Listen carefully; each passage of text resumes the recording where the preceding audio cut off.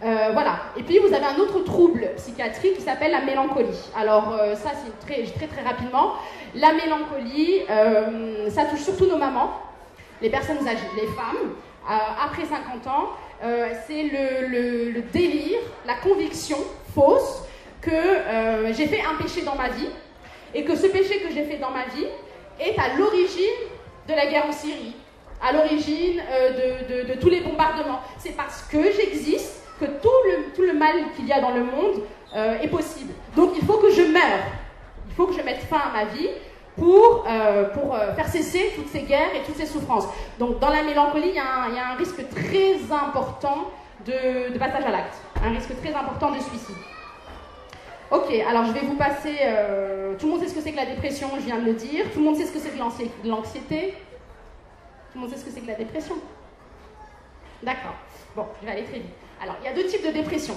Il y a la dépression qu'on appelle endogène et la dépression exogène. Dans la dépression endogène, c'est ce qu'on retrouve dans la psychose maniaco-dépressive, les PMD. Tout le monde sait ce que c'est que la bipolarité, c'est la même chose, hein. C'est plein de termes scientifiques pour dire la même chose. La bipolarité, c'est quand je passe d'un état d'excitation psychique, alors ce qu'on appelle la manie. La manie, c'est pas le fait de nettoyer psychiquement, c'est d'avoir beaucoup d'énergie. On va passer de l'état d'excitation psychique à ce qu'on appelle l'asthénie, la boulie. J'arrive pas à faire, j'arrive pas à me lever. Petite parenthèse, quand je suis très fatiguée sur le plan psychique, est-ce que j'ai la force de prier? Est-ce que j'ai la force de lire le Coran? Est-ce que j'ai la force de faire mes adorations? Ben non, mais c'est l'objectif du shaitan.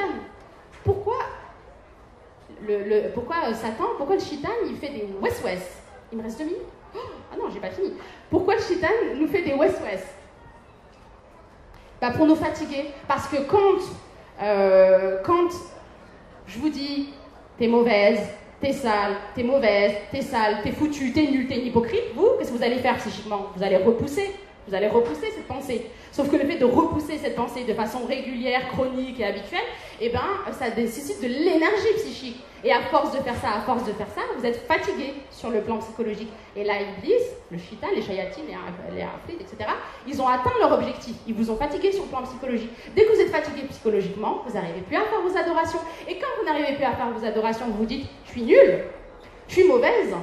Et donc, ça vous renvoie une estime de vous encore plus négative. Et donc, ça augmente votre dépression. Et après, c'est un cercle vicieux. Alors, comme je n'ai plus beaucoup de temps, je vais essayer d'aller très vite. Alors, première chose, pour aller très vite, je suis navrée, je pensais que j'avais plus de temps. Alors, ce qu'on sait, c'est que notre prophète, alayhi salatu wassalam, c'était un modèle. C'est vrai ou pas? Bon, il y a consensus. Effectivement, on sait qu'un modèle, c'est une personne qui, grâce à ses caractéristiques, à ses qualités, peut servir de référence à l'imitation, à la représentation. Notre prophète, c'était un exemple. Ça veut dire que dans toutes vos difficultés, dans tous les moments de votre vie, vous devez vous référer à lui. On est bien d'accord? Et donc, si vous vous référez à autre chose qu'au comportement de notre prophète, et à ce que nous dit Allah subhanahu wa ta'ala, vous êtes dans quoi? Vous allez là. Vous êtes dans un égarement, vous êtes dans du faux. Quand il s'agit de votre spiritualité, en tout cas. On ne parle pas de comment on fait la vaisselle ou comment on fait ses courses. Ok. Alors, une des choses que moi je constate avec mes patientes, c'est que malheureusement, très souvent, les femmes que je rencontre, elles manquent d'une chose qui est très importante, qui est le tawakkul, qui est le fait de placer sa confiance en Allah subhanahu wa ta'ala. Allah subhanahu wa ta'ala, dans la sourate numéro 14, sourate Ibrahim, verset 12, il nous dit « Et qu'aurions-nous à ne pas placer notre confiance en Allah alors qu'il nous a gardés sur les sentiers que nous devions suivre ?» Et ceux qui ont confiance en Allah s'en remettent entièrement à lui. En psychologie, c'est ce qu'on appelle le lâcher-prise. Le mot scientifique de dire le tawakkul, de placer sa confiance en Dieu. Quand je lâche prise, quand je place ma confiance en Allah subhanahu wa ta'ala, qu'est-ce que je fais? J'arrête de faire les causes? Non, j'arrête pas de faire les causes. Par contre, j'accepte l'idée de souffrir. J'accepte ma souffrance. J'accueille ma souffrance. Et je décide dans les causes que je vais mettre en place de n'aller que vers ce qu'Allah subhanahu wa ta'ala et notre prophète nous disent de faire dans les moments d'épreuve, les moments où on est éprouvé. Je vous donne un autre exemple. Vous êtes une maman solo et vous n'avez plus d'argent. Mais vous avez un surmoi, alhamdoulilah, qui est bien constitué. Vous allez aller vous prostituer? crois pas. Je ne vous le souhaite pas. Non, parce que vous savez que c'est moralement répréhensible. Vous savez que c'est interdit. Votre surmoi vous dit non, tu n'as pas le droit. Pourtant, le manque d'argent, il est là. Le manque d'argent, c'est une épreuve. Quand je suis malade psychologiquement, quand j'ai un problème, quand je crois même que je suis possédée, on est sur une épreuve qui est de l'ordre du psychologique, on est d'accord. Alors pourquoi, quand vous n'avez pas d'argent, vous n'irez pas pour le haram? Pourquoi quand vous avez un problème psychologique ou que vous croyez être atteinte d'un djinn, vous allez aller faire des choses qui sont contre le Coran et la Sunna? Pourquoi? Parce que vous ne patientez pas. Parce que vous n'acceptez pas votre souffrance, parce que vous désespérez, alors qu'Allah subhanahu wa ta'ala nous a bien dit, seuls les mécréants désespèrent de la miséricorde d'Allah. Ok, je suis plus bas que terre, j'accepte. Et je patiente, je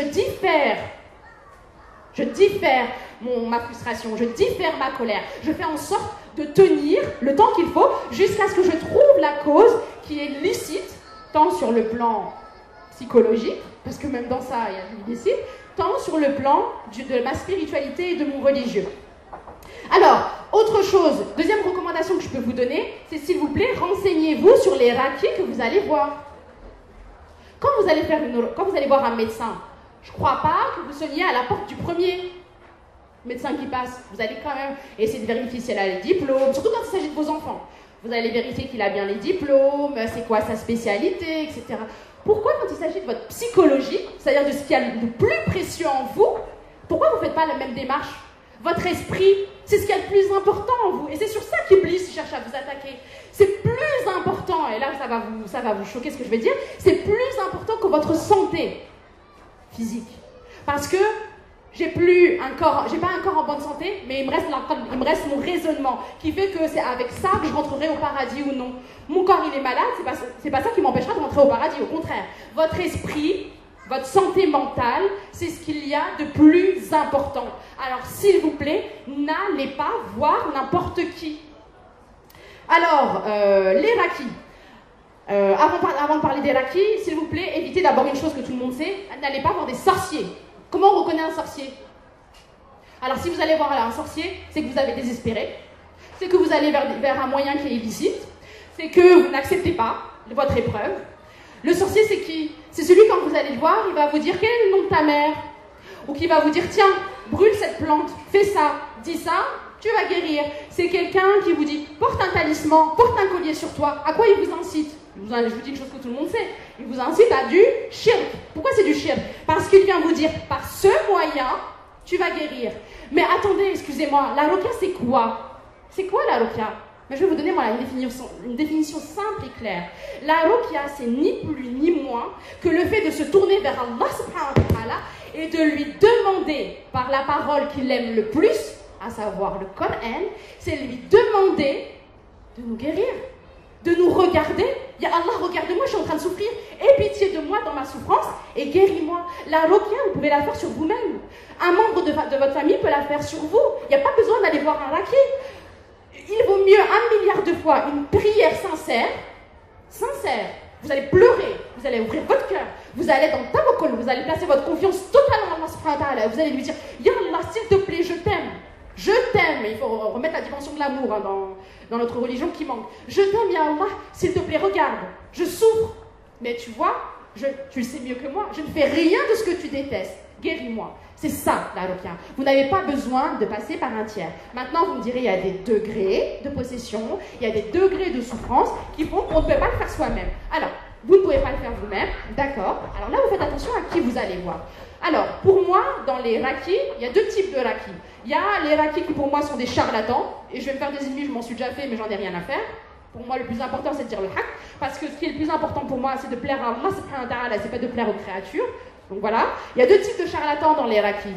Il y a les rakis qui sont de mauvaise foi, et puis il y a les rakis de bonne foi. Les rakis de mauvaise foi, c'est ceux quand vous allez les voir, qui vont vous demander des sommes astronomiques.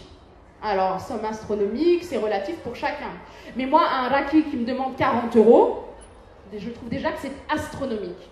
C'est énorme. Pourquoi? Parce qu'Allah subhanahu wa ta'ala, il a maudit ceux qui vendent sa parole. C'est qui est maudit? Celui qui imprime le Coran, celui qui l'édite et qui le vend, c'est lui qui est maudit. Mais non, celui qui est maudit, c'est celui qui prend la parole de Dieu et qui s'en sert pour guérir et qui demande en échange de l'argent. Celui-là, il est maudit.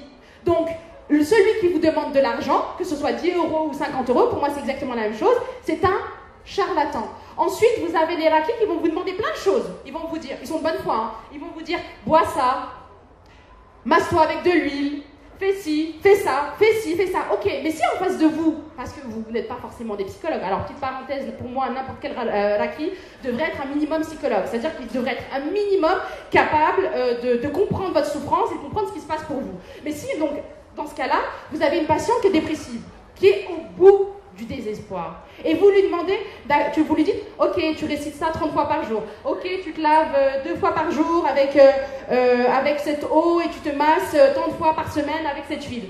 Mais vous croyez qu'elle va tenir? Elle va désespérer. Et elle va se dire quoi? Elle va se dire, eh ben voilà, Allah il m'a donné la cause et je suis nulle, j'ai pas réussi à faire ce qu'Allah subhanahu wa ta'ala m'a demandé. Donc c'est la preuve que je ne suis pas une bonne croyante. Donc c'est la preuve qu'Allah ne m'aime pas. Donc c'est la preuve que je ne mérite pas de guérir. Et qu'est-ce que vous avez fait là? Eh bien vous avez juste aggravé son mal-être.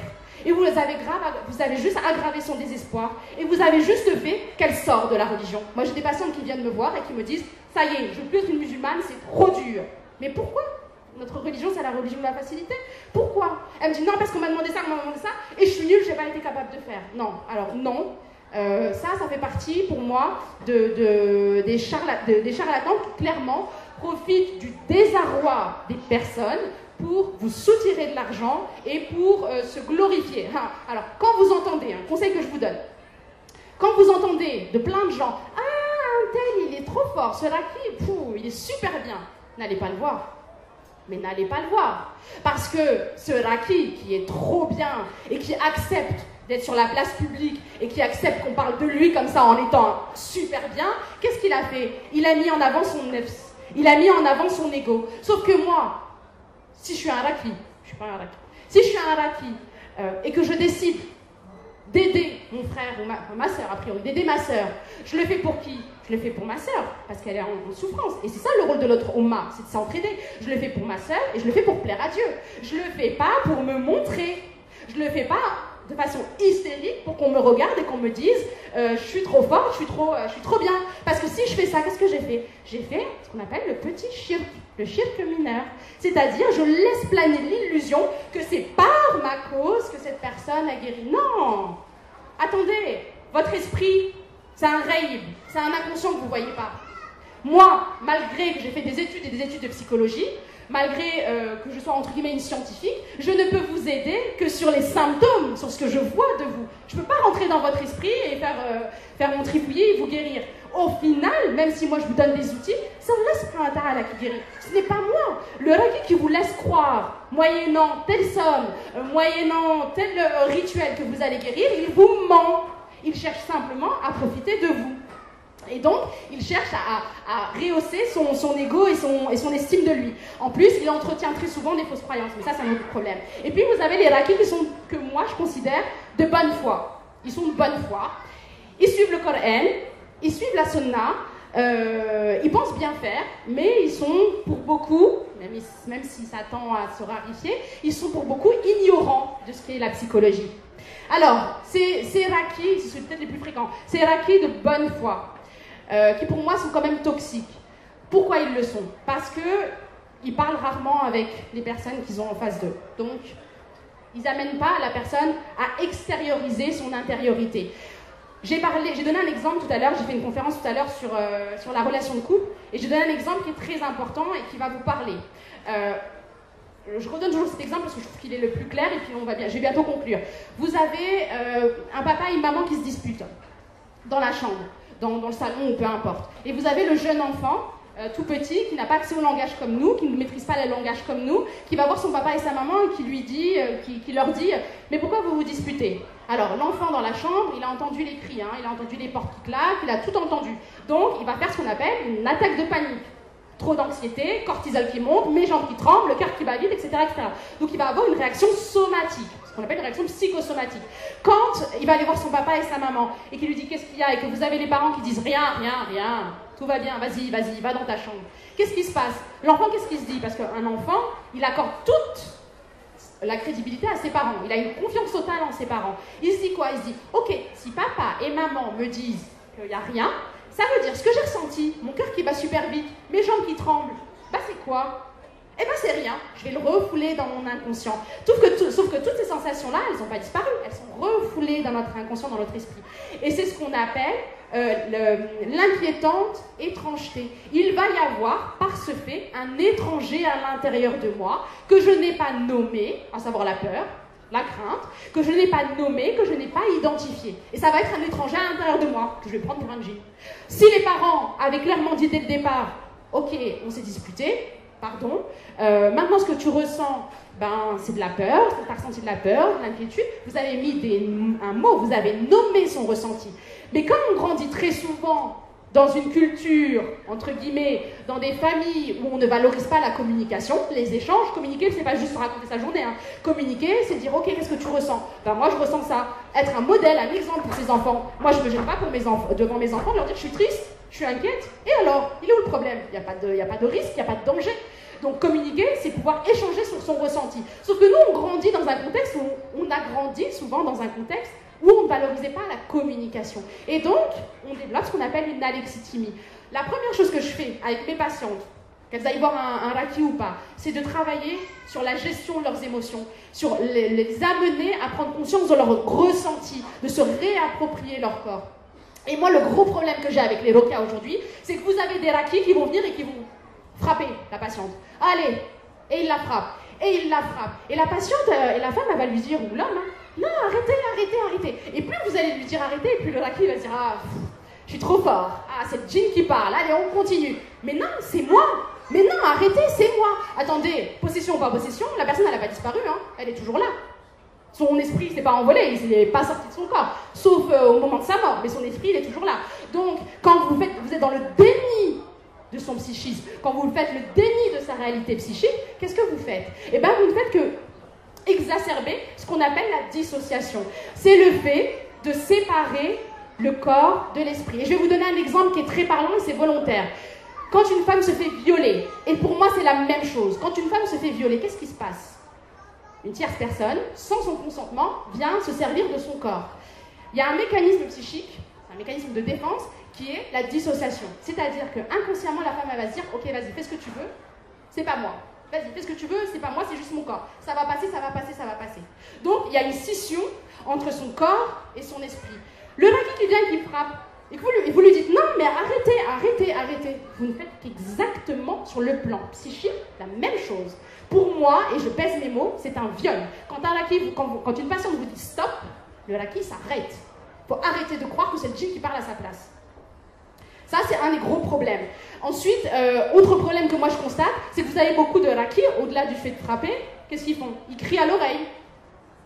Ils électrocutent. Vous savez pourquoi il y a des Reiki qui électrocutent leurs patientes? Parce qu'il vous dit que le djinn, il est fait de la partie supérieure de la flamme. On est d'accord? Donc, le djinn, il est fait d'électricité. Donc, le meilleur moyen de tuer le djinn, qui est invisible, hein, il fait partie du règne, eh ben, c'est d'électrocuter la patiente. Ok. Ou alors, il va vous faire couler, et ça je vous parle de faits réels, hein, c'est mes patients qui me les relatent, il vous fait couler de l'huile brûlante dans l'oreille. Bah oui, parce que c'est connu, hein, les djinns ils rentrent par les oreilles, ils rentrent par les orifices, je sais pas d'où ils apprennent ça, pas du Coran et de la Sunna, et donc bah faut les brûler avec de l'huile. Ok, en dehors du fait de bousiller les tympans de la patiente, je suis pas sûre que vous fassiez grand chose, en plus de la traumatiser. Et puis, vous avez des personnes, des Reiki de bonne foi. Qu'est-ce qu'ils font? Ils vous font boire des litres et des litres d'eau, de l'eau coranisée. Alors, quand on boit des litres et des litres d'eau, qu'est-ce qui se passe sur le plan physiologique? Eh bien, ce qui va se passer, c'est qu'au-delà d'une certaine quantité d'eau, l'eau va sortir de l'espace extracellulaire, va passer de l'espace extracellulaire vers l'espace intracellulaire. C'est-à-dire que l'eau va envahir tous vos organes. Il va même aller au niveau de votre cerveau. Qu'est-ce qui va se passer? Eh bien, vous allez vomir, mécanisme physiologique normal. Quand j'ai trop d'eau dans le corps, je vomis. Vous allez commencer à avoir la diarrhée, normal. Vous allez avoir un dégoût de l'eau. normal, votre corps réagit pour vous protéger. Et puis, avec la compression au niveau cérébral, vous allez commencer à délirer. Et là, le raki, qu'est-ce qu'il dit? Ah, super, elle vomit. Ah, il y a le sihr qui part. Il va dire, ah, super, elle délire. C'est le djinn qui parle. Il va se dire, elle se sent pas bien, elle a peur de l'eau. Super, c'est le djinn qui a attaqué. Non, pardon, c'est juste justifié sur le plan physiologique. Un risque sur deux, hein, un cas sur deux. Et j'ai une patiente qui était dans ce cas-là. Dans ce cas-là, c'est de l'hyponatrémie. Et c'est la mort. C'est la mort.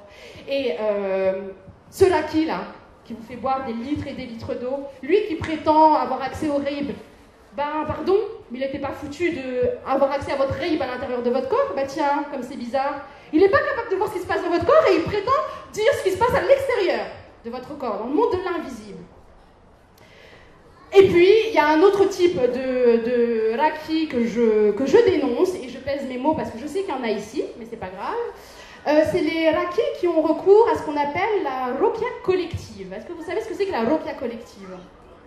La rokia collective, qui n'est absolument pas d'ordre d'asana, vous arrivez pour faire une rokia, et puis vous avez 10 personnes autour de vous qui sont en transe, qui sont en train de vomir, qui sont en train de crier, qui sont en train de se plaindre, qui sont en train de déverser tout ce qu'il y a dans leur inconscient, hein, même si je ne dis pas que les djinns n'existent pas, qui sont en train de, voilà, elles sont en pleine souffrance, surtout qu'en plus, quand il y en a qui sont hystériques, c'est génialissime, on les regarde, et on vous dit, ben, ça vous fait peur? Pas grave, rajoute 20 €, je te la fais toute seule.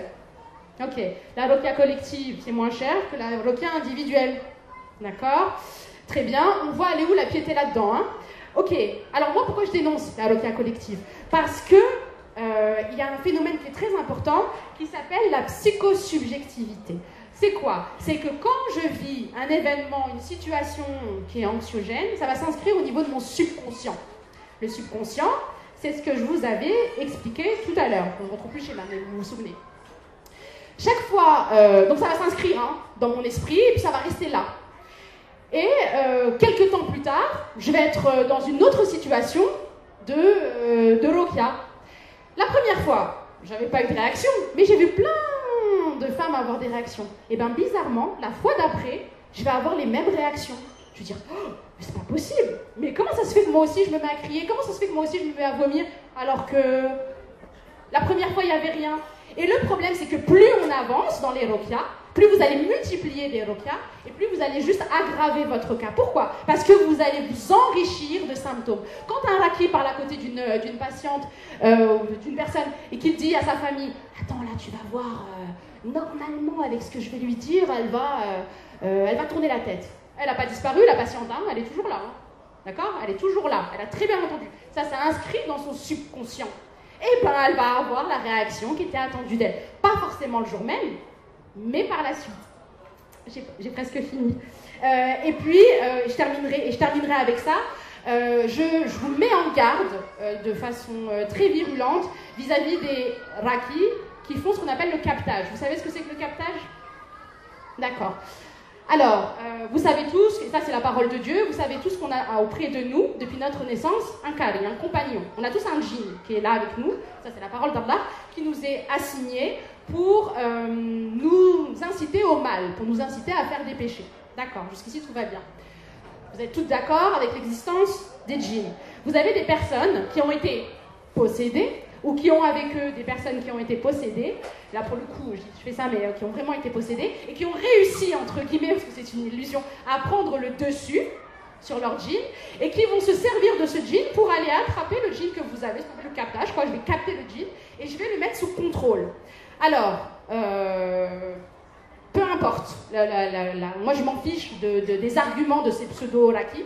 Je me base que sur la parole d'Allah et je ne m'arrête qu'à la parole d'Allah subhanahu wa ta'ala. Et là-dessus, elle est claire. Allah subhanahu wa ta'ala, dans la surah 18 Al-Kahf, la caverne, verset 50, il nous dit « Et lorsque nous dîmes aux anges, prosternez-vous devant Adam, ils se prosternèrent, excepté Iblis, Satan, qui était du nombre des djinns et qui se révolta contre le commandement de son Seigneur. Allez-vous cependant le prendre, ainsi que sa descendance pour allier, l'allié c'est celui qui nous défend, celui qui nous protège, hein, pour allier en dehors de moi, alors qu'ils vous sont ennemis. Quel mauvais échange pour les injustes. Et Allah subhanahu wa ta'ala dit dans le verset 50, dans le verset 50, je ne les ai pas pris comme témoins de la création des cieux et de la terre, ni de la création, de leur propre création, et je n'ai pas pris comme aide ceux qui égarent. Et je n'ai pas pris comme aide ceux qui égarent. Le conseil que je vous donne, vraiment aujourd'hui, s'il vous plaît, parce qu'il faut que je conclue. D'abord, vous placez votre confiance en Allah subhanahu wa ta'ala. La ruqya, vous la faites sur vous-même. C'est vous, dans une relation directe avec votre Seigneur. C'est vous qui devez implorer votre Seigneur. C'est vous qui devez le supplier de toutes vos forces. D'arrêter d'attendre la baguette magique d'une personne qui va vous dire ce qu'il faut faire pour guérir. Vous vous tournez vers Allah subhanahu wa ta'ala et vous lui dites, « Ya Allah, toi qui n'es pas injuste, toi qui m'aimes plus que je ne serai jamais capable de m'aimer. Personne sur terre ne vous aimera plus que Allah subhanahu wa ta'ala vous aime. Vous-même, vous n'êtes même pas capable de vous aimer autant qu'Allah subhanahu wa ta'ala nous aime. Allah subhanahu wa ta'ala, il n'est pas injuste. S'il vous donne une épreuve, il s'interdit à lui-même l'injustice. S'il vous donne une épreuve, c'est que vous êtes capable de la supporter. C'est que c'est votre épreuve. C'est que vous allez devoir vous servir de cette épreuve pour faire quelque chose de bien. En psychologie, on appelle ça la résilience. Donc, quand Allah subhanahu wa ta'ala me fait vivre quelque chose de très dur, je sais que c'est pour mon bien. Alors, vous patientez. N'allez pas voir n'importe qui. N'allez pas voir des gens qui vous demandent de l'argent sous l'apparence de la religiosité. Et renseignez-vous, s'il vous plaît. Et j'insiste une dernière fois là-dessus. Votre santé mentale est votre bien le plus précieux. S'il vous plaît, devenez les acteurs et les actrices de votre guérison. C'est vous qui devez faire les causes. C'est vous qui devez faire un djihad contre vous-même et contre ce que vous ressentez. Que ce soit réel ou non, on s'en fiche. Vous le ressentez, ce que vous ressentez. C'est à vous de combattre ça. C'est ça votre djihad. Arrêtez de compter sur qui que ce soit.